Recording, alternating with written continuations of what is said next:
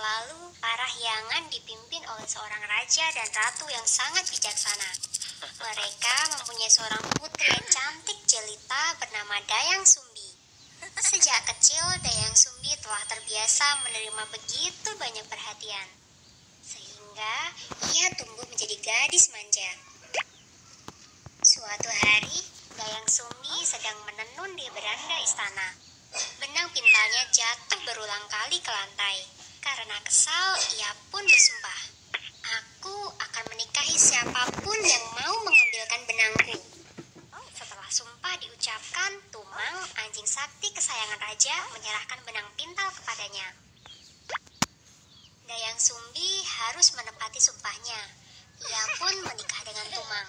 Mereka dikaruniai seorang putra yang sangat tampan dan sakti bernama Sangkuriang. Suatu hari, Dayang Sumbi meminta Sangkuriang berburu rusa di hutan.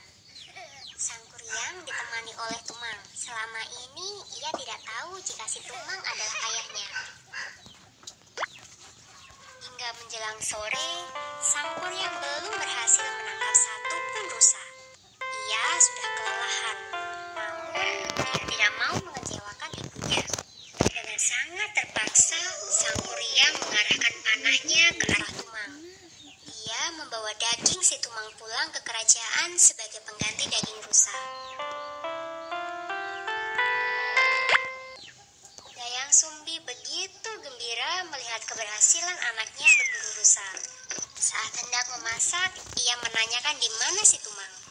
Karena terus didesak, Sangkuriang akhirnya mengaku jika Tumang telah tiada. Dayang Sumbi yang sangat marah memukul kepala Sangkuriang hingga berbekas. Atas perbuatannya melukai Sangkuriang, raja mengusir Dayang Sumbi ke tengah hutan. Setiap hari, ia selalu melamun memikirkan kerajaan ayahnya serta anaknya. Sementara itu, Sangkuriang telah tumbuh menjadi pemuda dewasa. Saat ia menjelajah hutan, dia melihat seorang wanita yang sangat cantik. Selama ini, Dayang Sumbi dikaruniai kecantikan yang abadi oleh para dewa. Begitu melihatnya, Sangkuriang langsung berniat menjadikan Dayang Sumbi sebagai istri. Saat sedang bersantai, Dayang Sumbi melihat bekas luka di kening Sangkuriang. Dayang Sumbi sangat terkejut. Bekas luka itu mirip dengan bekas luka anaknya.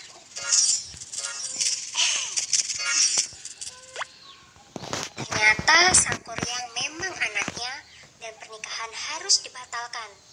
Dayang Sumbi mengajukan syarat yang sangat berat, yaitu Sangkuriang harus membuat bendungan dan kapal yang sangat besar. Semua itu harus sudah selesai sebelum fajar tiba. Sangkuriang meminta bantuan para jin untuk membuat bendungan, sedangkan dia sendiri sibuk menebang sebuah pohon untuk membuat perahu. Sangkuriang dan para jin bekerja dengan sangat cepat. Dari kejauhan, Dayang Sumbi mengintip pekerjaan Sangkuriang dengan cemas.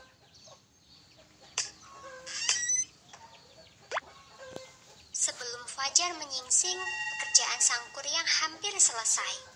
Dayang Sumbi sangat cemas. Ia tidak mau menikah dengan anaknya sendiri. Ia pun berdoa kepada dewa untuk membantu menggagalkan pekerjaan anaknya. Dewa mengabulkan permohonannya. Matahari terbit lebih cepat dari biasanya. Sangkuriang tahu bahwa ia telah ditipu. Karena marah, ia menendang perahu buatannya.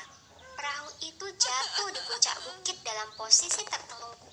Setelah itu, ia mencari Dayang Sumbi dan mengucap sumpah. Tidak ada yang boleh menikahi Dayang Sumbi selamanya.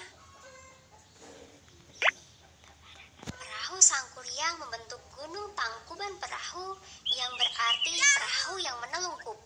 Tidak jauh dari tempat itu terdapat tanggul pohon sisa dari tebangan Sangkuriang. Tempat itu sekarang dikenal sebagai Bukit Tunggul. Sedangkan Sangkuriang dan Dayang Sumbi tidak pernah terdengar lagi kabarnya.